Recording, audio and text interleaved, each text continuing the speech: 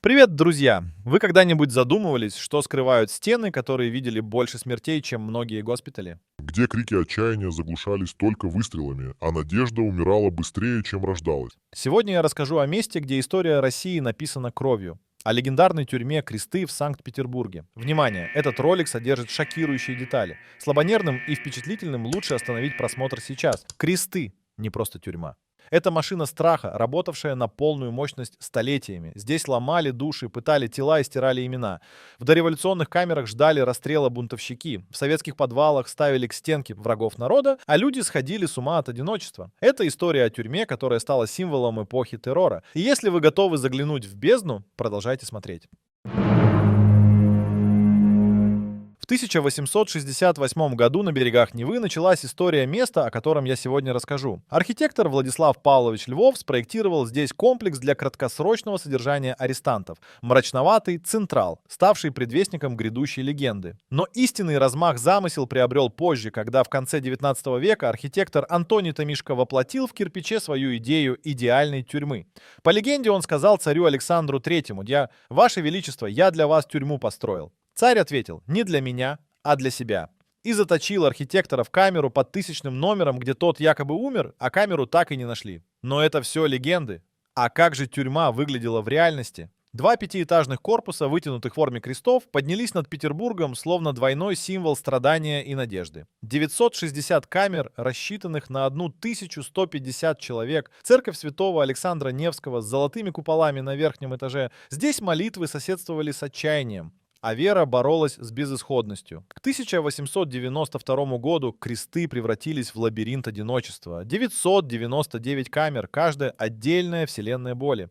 В этих стенах томились и уголовники, и политические мятежники. Крестообразные корпуса, задуманные для изоляции, невольно стали зеркалом эпохи. Они хранили истории взлетов и падений, шептали о судьбах тех, кто из-за решеток наблюдал, как рушится империя, а на ее обломках рождается новая реальность. Первыми арестантами в конце 19 века стали революционеры. Изначально условия в крестах были суровыми. Заключенные работали круглосуточно, получали скудный паёк и сталкивались с абсурдными правилами. Например, их могли разбудить ночью из-за неправильно сложенной одежды или чашки, стоящей не на месте. После революции 1905 года число арестантов резко возросло. Сюда массово отправляли бунтарей. Однако политических содержали мягче. Днем они свободно перемещались между камерами. Среди известных узников этого периода Лев Троцкий и Анатолий Луначарский. До 1917 года условия для некоторых заключенных были привилегированными. Владимир Набоков-старший, например, носил шелковые рубашки и пил свежее молоко. Тогда была популярна фраза: «Сегодня вы в тюрьме, а завтра министры». Политические арестанты привозили с собой книги, которые после их освобождения составили основу тюремной библиотеки. Прежние сказочные условия ушли в историю. Если до революции в камерах могли находиться 2 или 3 человека, то к 30-м годам 20 века их число выросло до 18, а условия ужесточились. В камерах было физически тяжело находиться из-за адских условий. Теперь представьте, вы в камере, в гробу из бетона. Глаза слепнут от темноты, но уши не обмануть. Скрежет когтей крыс по полу, хриплые рыдания из соседней камеры, будто сам ад перешептывается сквозь кирпичи. Надзиратель, проходя мимо, бросает в щель фразу, от которой стынет кровь. Здесь два исхода: безумие или смерть. Выбирай. Это не метафора, это ритуал. Кресты не ломали преступников, они превращали людей в призраков. А потом приходила пуля. Приговоренных вели по лабиринту коридоров в камеру-призрак. Помещение без номера, замаскированное под лестничный пролет. Здесь не было суда, только короткий щелчок затвора и холод стального патрона у затылка. Сегодня в сети легко найти фото стен этой камеры, испещренных следами от пуль, но десятилетиями правду хоронили глубже, чем жертв. Главный урок этой тюрьмы: человек — пыль, страх — вечность. Здесь не существовало имен, только цифры в протоколах. Великая Отечественная война ворвалась в каменные стены шепотом смерти. Когда мужчины в форме ушли на фронт, за решетками остались лишь тени былого порядка. Сгорбленные старики с дрожащими руками, женщины, чьи глаза давно забыли о сне, и инвалиды. Ленинград сжимался в ледяных объятиях блокады, а в крестах воздух густел от голода. Заключенные и надзиратели, они все стали узниками одного кошмара.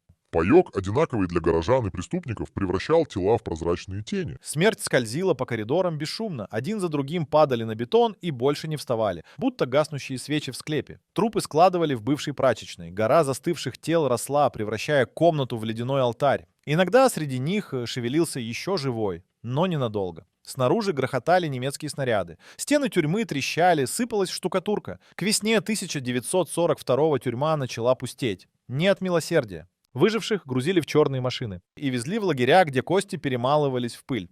Кресты в блокаду не судили, они просто перемалывали. Здесь не было палачей и жертв. Только обреченные, чьи крики застревали в кирпичной кладке. А когда город праздновал победу, стены тюрьмы по-прежнему пахли голодом и страхом.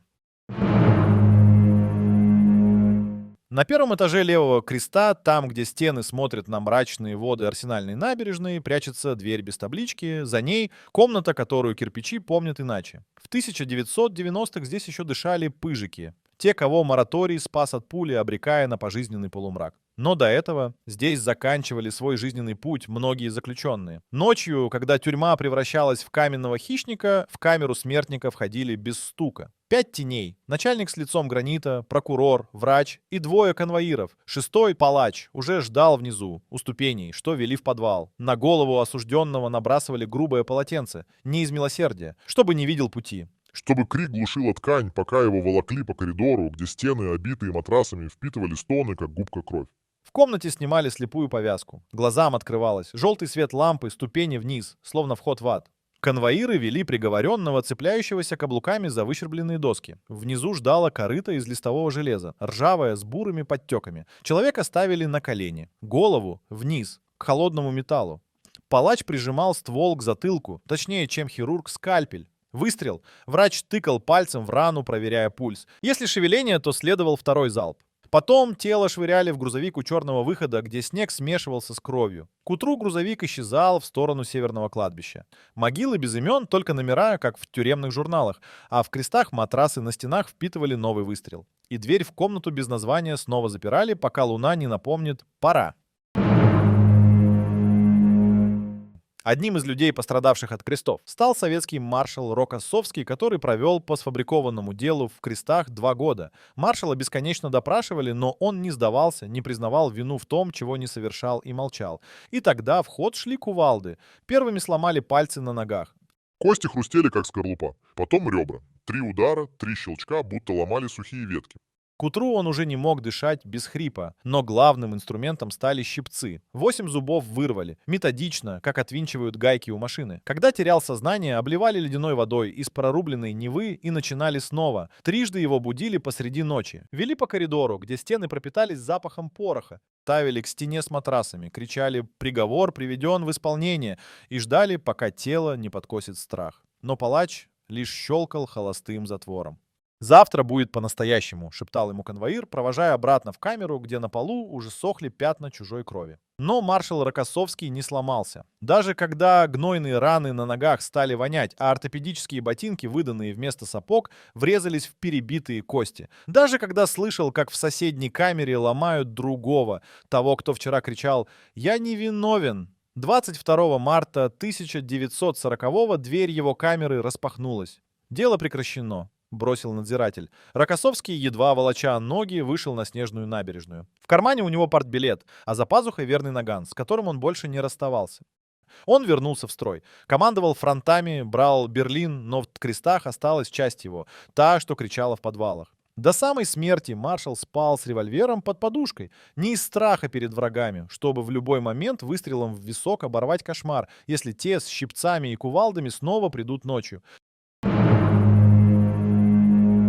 Поговорим про других знаменитых узников каменных гробов. Александр Керенский, будущий глава Временного правительства, провел в камере 4 месяца в 1905-м. После обыска, где нашли револьвер и листовки с призывами к восстанию, его бросили в кресты без обвинения. Он объявил голодовку, но сокамерники шептались «сломают». Не сломали.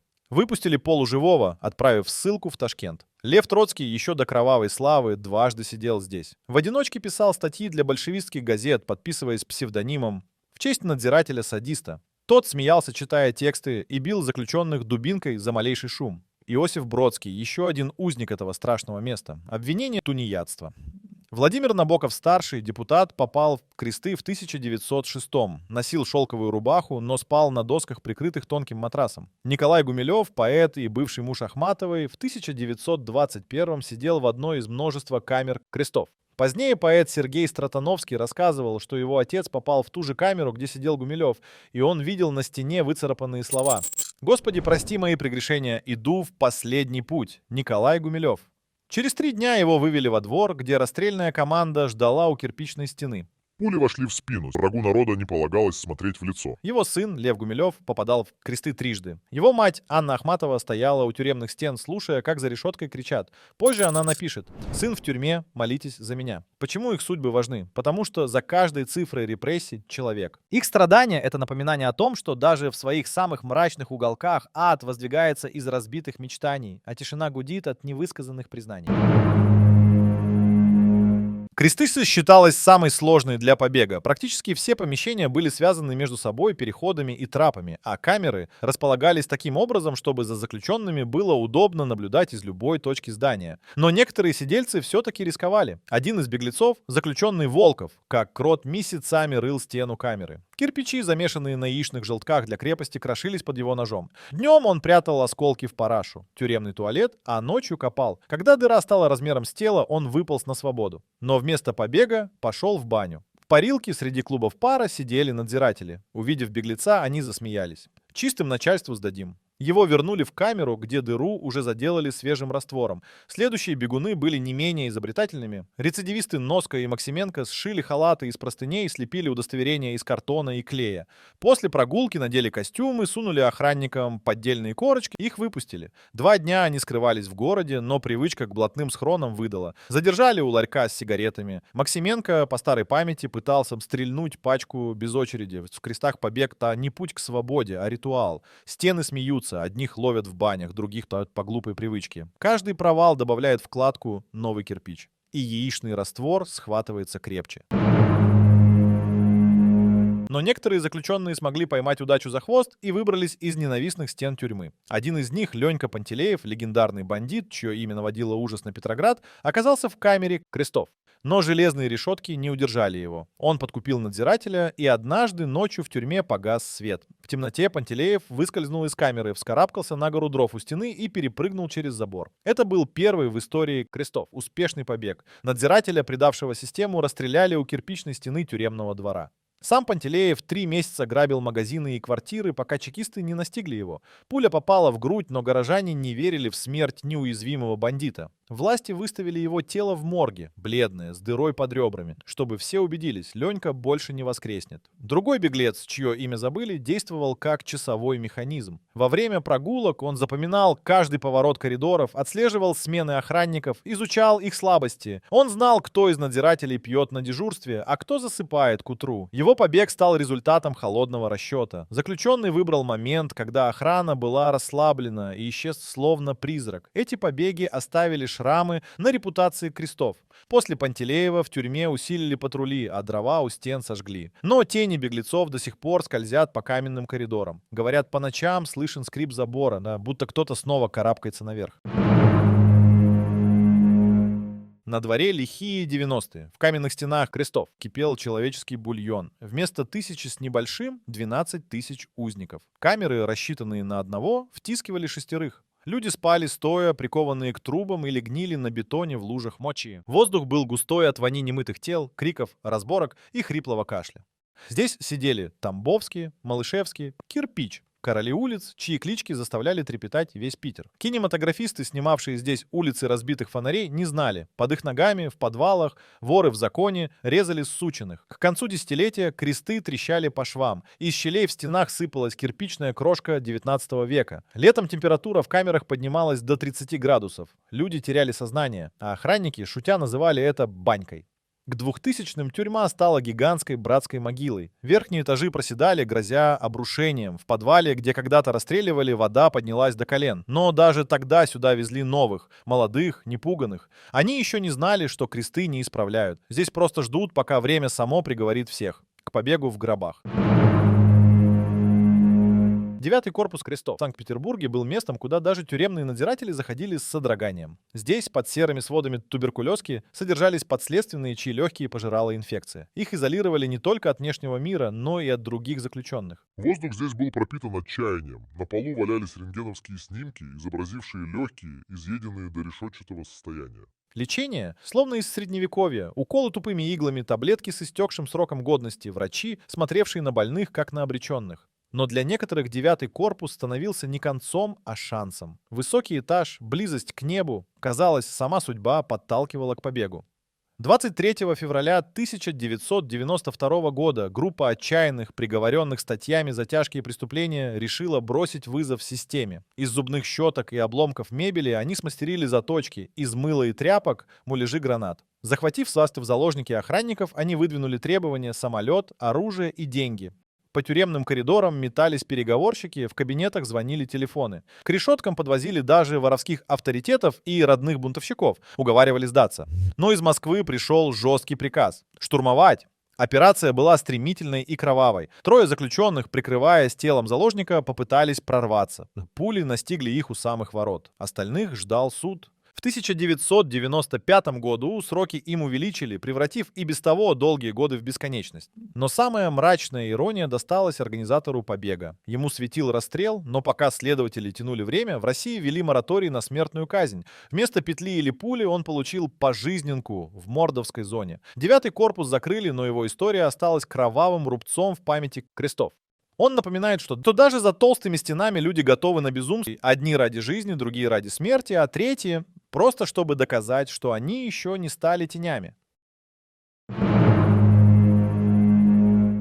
К началу 21 века легендарные кресты, вот некогда гордость российской пенитенциарной системы, стали олицетворением ее кризиса. Построенная в 19 веке тюрьма с ее мрачными каменными стенами и узкими камерами давно не отвечала требованиям времени. Правозащитники годами били тревогу. Доклады о нарушениях прав человека, публикации в СМИ и судебные иски раскрывали неприглядную реальность. Общественность, прежде равнодушная к тюремным будням, теперь требовала перемен, на волне растущего понимания, что даже преступники заслуживают человеческого обращения. Эти настроения совпали с масштабной реформой уголовной системы России. Власти взяли курс на гуманизацию. Старые тюрьмы, напоминавшие средневековые замки, решено было заменить современными комплексами. Акцент сместился с изоляции на реабилитацию, чтобы те, кто отбыл срок, могли вернуться в общество, а не повторять ошибки. Закрытие крестов в 2017 году стало символом этого перехода. Ведь те, кого лишают человеческого достоинства за решеткой, редко выходят на свободу исправленными. В 2025 году объект купили больше, чем за 1 миллиард рублей. Новый владелец комплекса обещает построить в знаковом месте исторический музей, гостиничный комплекс, рестораны, галереи и общественные пространства. Так эпоха крестов завершилась не только из-за обветшавших стен, но и потому, что мир вокруг стал иным. На смену карательной логике прошлого пришло стремление к восстановлению как справедливости, так и самих жизней. Но их стены до сих пор кричат. Кричат именами расстрелянных, скрипом ржавых решеток, эхом шагов, которые никуда не ведут. Эта тюрьма не просто здание. Это приговор эпохи, где человек стал цифрой, страх — языком власти, а смерть — рядовой операцией. Она пережила царей, коммунистов, демократов, видела, как падают империи и рождаются мифы. Но ее главный урок — память. Память о том, что даже в самом цивилизованном обществе ад может оказаться в 2 шагах. За решеткой, за стеной, за тихим согласием не вмешиваться. А что вы почувствовали, глядя на эти кадры? Смогли бы вы выжить в крестах? Пишите в комментариях, ставьте лайк и подписывайтесь, чтобы память не превратилась в пыль.